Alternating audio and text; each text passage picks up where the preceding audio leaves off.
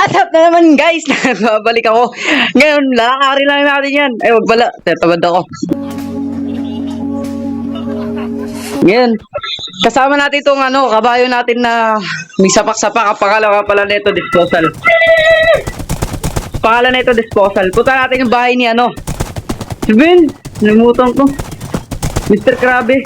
Oh, yun si Mr. Krabbe. Punta natin yung bahay ni Mr. Krabbe. Yan. Nakita nyo yan? Yun yung angkala na yan. Bahay niya yan. Pupuntahan ko yan. Hindi ako natatakot. Kahit pa may sumagabal. Ha? Tagasaan ko yan. Pasukin ko na yung bahay niya. Medyo naingal pa. Kamusta? Tuloy ka, halika na para wag kang mahiyang pumasok. Panis. Panis. Gaan. Yan siya piniprito. Ito, ano to? Secret base. Tapos, akit tayo sa taas. Ay, may tingnan natin dun sa sa baba. Okay, dito siya natutulog. Dito naman. Dito siya tawag nun, nagbebenta ng gasol.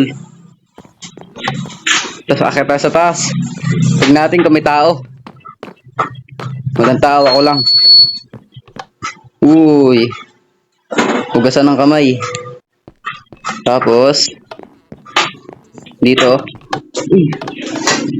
dinura ako nun Si Bean ka ba? Tulugan? Pangit ang tulugan ng Mr. Crab Dito siya nanonood. Ay nagsasalamin. Nanonood tuloy. Diyan siya nagsasalamin. Tapos ay yun na yun. Ang pangit.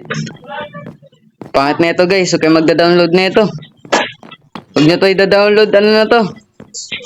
Lugar na to. Pangit to. Kita nyo naman, di ba? Pangit ang bahay ni Mr. Crab. Ay, yari na. Yari na ang bahay niya. Pakaina. Ganda pa bahay ko dyan Sana ba yung bahay na anak niya? Bahay na anak niya. Abangan nyo na lang. Next episode ulit,